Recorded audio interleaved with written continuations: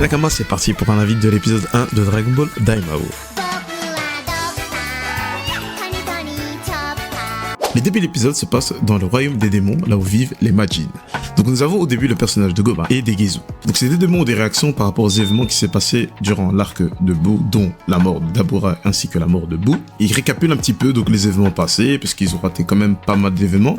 Et donc c'est intéressant dans l'épisode, on apprend des choses comme par exemple Dabura qui était donc le roi de ce royaume, qui est vraiment pas trop intéressant, dont par exemple qu'il appartient donc du royaume des démons. On découvre que donc Degezu est donc bien le frère de Shin, et que Shin et Degezu ont aussi une sœur Arensu, donc qui est donc la petite sœur de Shin, qui est donc l'aînée et la grande sœur des Degezu.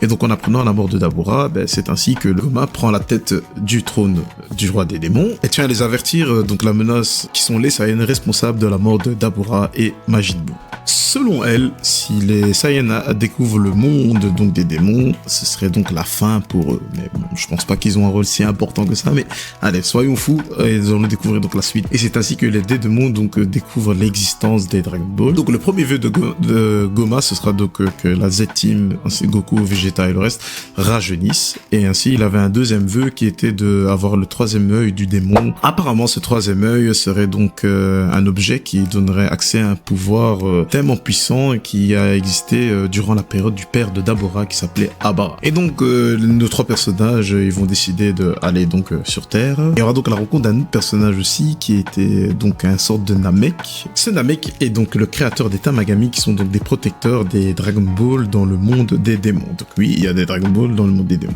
Donc ils vont se rendre sur Terre avec un long voyage, mais ils vont se rendre compte que donc la sœur de Negetsu, qui est donc la petite sœur de Shin, qui avait déjà fait le voyage. Et donc les événements sur Terre, là où on fête l'anniversaire de Trunks qui fête donc ses 9 ans, on apprend que donc Kibito Shin, donc la fusion de Kibito et de Shin, ont réussi à se séparer dans le corps de Majin Buu dû à une fumée. Faut savoir que normalement la fusion à Potara font que les personnes restent une seule personne éternellement. Et donc arrivé au palais de Dende, Goma et ses alliés donc vont faire face à Dende et Mr. Popo, mais ils vont leur annoncer un lien qu'ils ont apparemment avec le monde des démons dû au fait que leurs oreilles étaient donc pointues. Et donc Dova, le Namek qui accompagne Goma et Degetsu, va donc rassembler les boules de cristal et annuler la pétrification, parce qu'il faut savoir qu'une fois que tu fais le vœu, normalement les boules de cristal se pétrifient et se rechargent à un certain temps.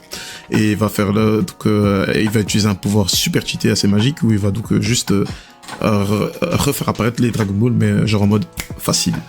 Et donc c'est à ce moment-là que le vœu de notre fameux Goma s'est lancé, dont le premier est de faire rajeunir Goku et toute la Z-Team.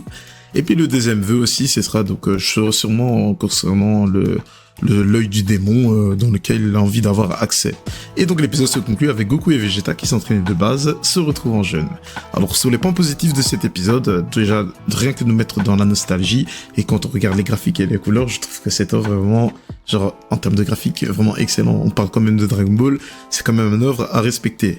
Dans les points négatifs, moi je suis pas très fan de ce scénario, ça me fait trop penser à GT, dans le sens où cette scène, ça on l'a déjà vu avant avec le dragon Shenron maléfique en rouge qui a fait rajeunir Goku, et c'est la même scène sauf que là c'est le Shenron de maintenant. Du coup j'ai l'impression que c'est un peu facile. Néanmoins il faut garder quand même les points positifs, dans le sens où il y a pas mal d'informations qui se développent, comme par exemple les origines des démons, les points communs sur les Namek, pourquoi est-ce que Mr. Popo ainsi que Dende et les autres ont des oreilles pointues. Enfin ça je trouve ça pas mal parce que c'est des choses qui n'ont pas vraiment été développées durant l'œuvre de Dragon Ball, et il y a des liens en fait un petit peu quand on réfléchit bien. Genre rien que quand on pense à Piccolo Daimao, le premier Piccolo, pourquoi le nom Daimao qui a un lien avec le mot démon. Et le troisième œil, est-ce qu'il y aurait une théorie derrière avec Tenshinhan, d'où il a ce troisième œil, est-ce qu'il a un lien avec les démons aussi? Pour cet épisode je donnerais une petite note de quand même 7 sur 10, parce que voilà, ça reste quand même du Dragon Ball pour les enfants et pas trop pour les adultes, parce que les scènes qu'on a connues avant, comme par exemple le Dr Hiro qui va donc transpercer Yamcha, ou bien Son Goku qui a failli tuer Shin, enfin des moments comme ça dans Dragon Ball on n'en verra plus malheureusement, parce que Dragon Ball c'était vraiment pic à son époque. Néanmoins on pourra toujours laisser une chance, qui sait, l'œuvre pourra plaire à beaucoup d'enfants, mais je pense pas que ça pourra plaire à des gens d'adultes. On se dit à la prochaine pour un petit review, et franchement c'était un plaisir de partager avec vous.